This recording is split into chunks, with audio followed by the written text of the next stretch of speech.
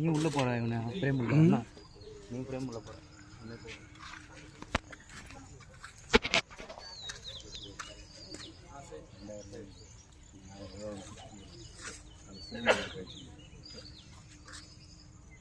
இருபத்தி இதுக்கு மேலே கொடுத்துருக்காரு 22 கணக்கு அப்புறம் கட்டாயிடுவோம்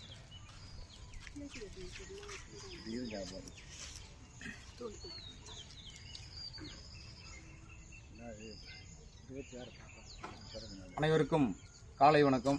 இனிய சுதந்திர தின விழாவிலே திருவள்ளூர் மாவட்டம் பூந்தமல்லி வட்டம் இந்த கூடப்பாக்கம் முன்னாள் இராணுவத்தினர் குடியிருப்பு பகுதியிலிருந்து இந்த பதிவை வெளியிடுவது ஆறுமுகம், குடியிருப்போர் நல சங்க செயலாளர்.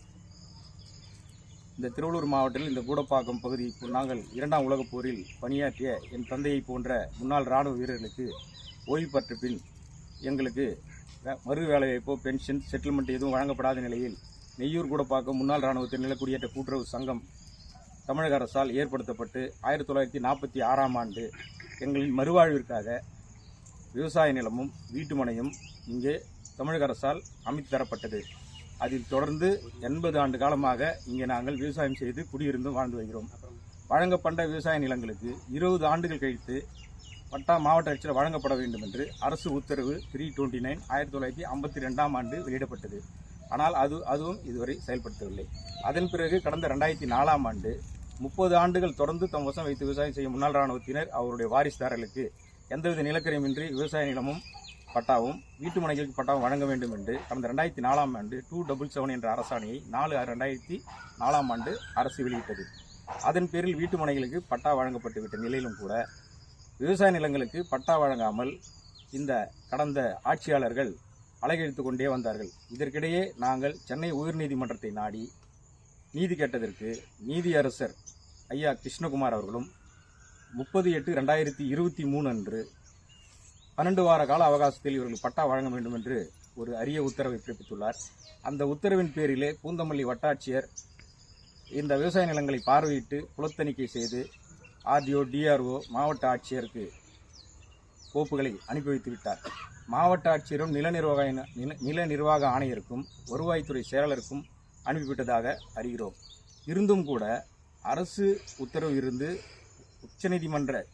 நீதிமன்ற தீர்ப்பு இருந்தும் கூட 3 ஆண்டுகளாகியும் இதுவரை பட்டா வழங்கப்படாமல் இழுத்தடிப்பது இந்த முன்னாள் இராணுவ வீரர்களின் வாரிசுதாரர்களை மிகுந்த மன உளைச்சலுக்கு உள்ளாக்குகிறது.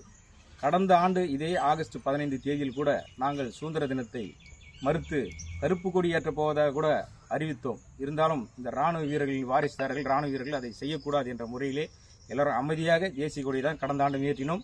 இப்போதும் தேசிய கொடி தான் ஏற்றிவிட்டு இந்த பதிவை நாங்கள் வெளியிடுகிறோம். இந்த பதிவு மாண்புமிகு தமிழ்நாடு முதலமைச்சர் திரு விஜய் அவர்களின் கவனத்திற்கு செல்ல வேண்டும் என்ற ஒரே காரணத்துக்காக இந்த பதிவை நாங்கள் வெளியிடுகிறோம். எங்களுக்கு வழங்கப்பட்டது போல அன்று தஞ்சாவூர், சேலம், கோயம்புத்தூர், வடார்காடு ஒருங்கிணைந்த செங்கல்பட்டு மாவட்டம், இப்போது திருவள்ளூர் மாவட்டம் எங்களுக்கு வழங்கப்பட்டது. மற்ற அனைத்து மாவட்டங்களிலும் வழங்கப்பட்ட கோஆபரேட்டிவ் சொசைட்டி மூலம் வழங்கப்பட்ட விவசாய நிலங்களுக்கு பட்டா வழங்கி முடித்து விட்டார்கள்.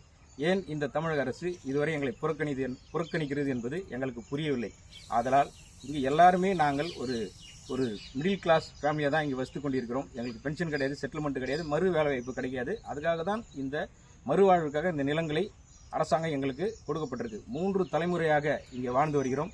இந்த விவசாய நிலங்களுக்கு அரசு உத்தரவுப்படியும் உயர்நீதிமன்ற தீர்ப்பின்படியும் மாண்புமிகு முதலமைச்சர் அவர்கள் பட்டா வழங்க ஆவணம் செய்ய வேண்டும் என்று இந்த குடியிருப்போர் நல முன்னாள் இராணுவத்தினர் காலனி குடியிருப்போர் நல சங்கம் சார்பாகவும் முன்னாள் இராணுவத்தினர் மற்றும் அவருடைய வாரிசுதாரர்கள் சார்பாகவும் பணியுடன் கேட்டுக்கொள்கிறேன். நன்றி, வணக்கம்.